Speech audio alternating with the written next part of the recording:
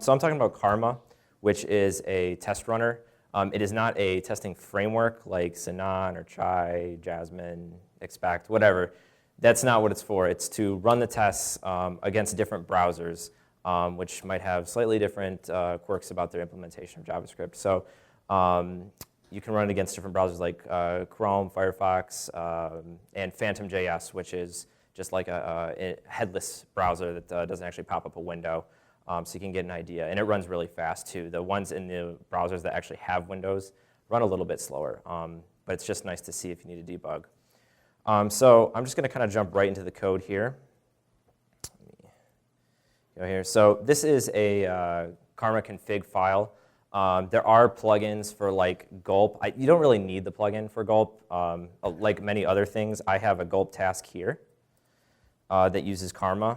But it just uses Karma, the node package. You don't actually need like a Gulp plugin for this, so you can just run it just like this.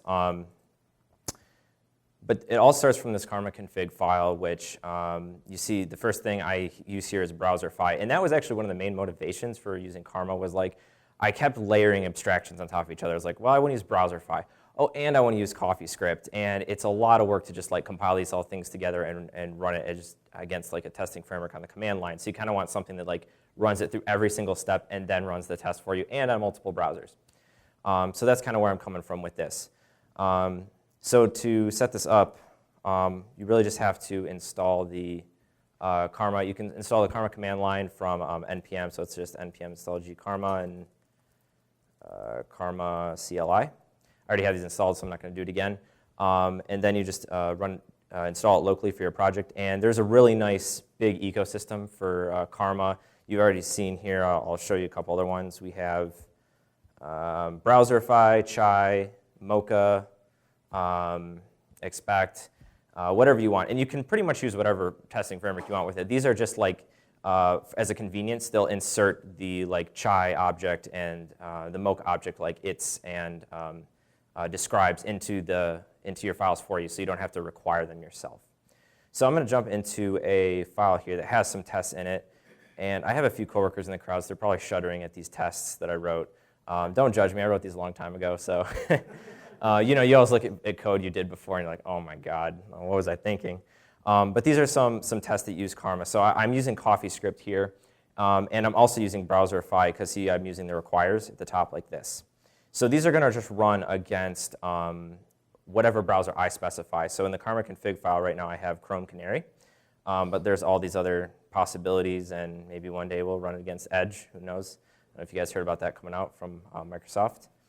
So I have this test file here. And Karma is really nice for doing like test-driven development. So if you want to just have it running always in the background as you type code, and it'll tell you, did your test pass? Did they fail? And that's like the true essence of doing TDD, is you can see immediate feedback of like, yep, my test passed, they failed, I need to switch this thing. So I'm going to start up Karma here. Let's give it a second. OK, cool. My test passed. And it also started up Google Chrome Canary here. I just like using Chrome Canary because when it comes to source mapping, which you have to use with CoffeeScript if you want to do debugging, it's a lot faster. I find that the vanilla Chrome is a little bit slow. I don't know, your mileage may vary on that one. So something really nice you can do with this is you can jump into debug here, and I'm going to make it a little bigger here.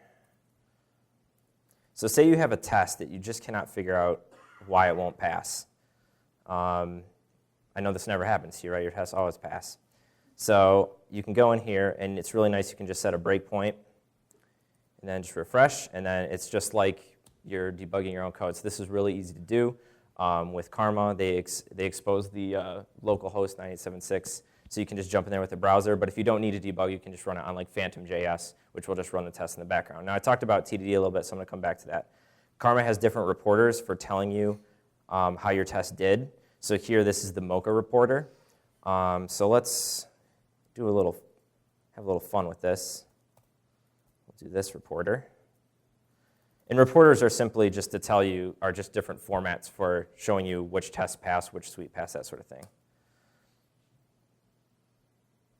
There you go.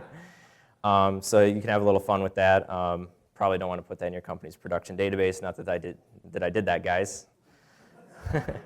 One other reporter that's nice, especially if you're on OS X, but this also works on Windows 2, is Notify. So I'm actually going to do two. I'm going to do Mocha, or yeah, it's Mocha and Notify.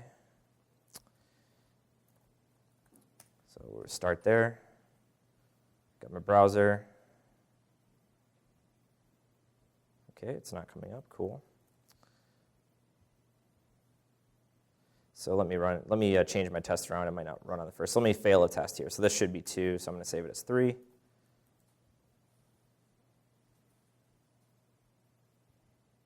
Oh, okay.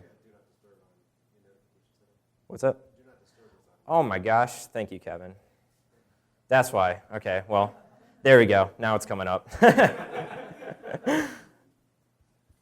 You're usually not doing TDD in front of a room full of people, so I guess... So we'll save it again.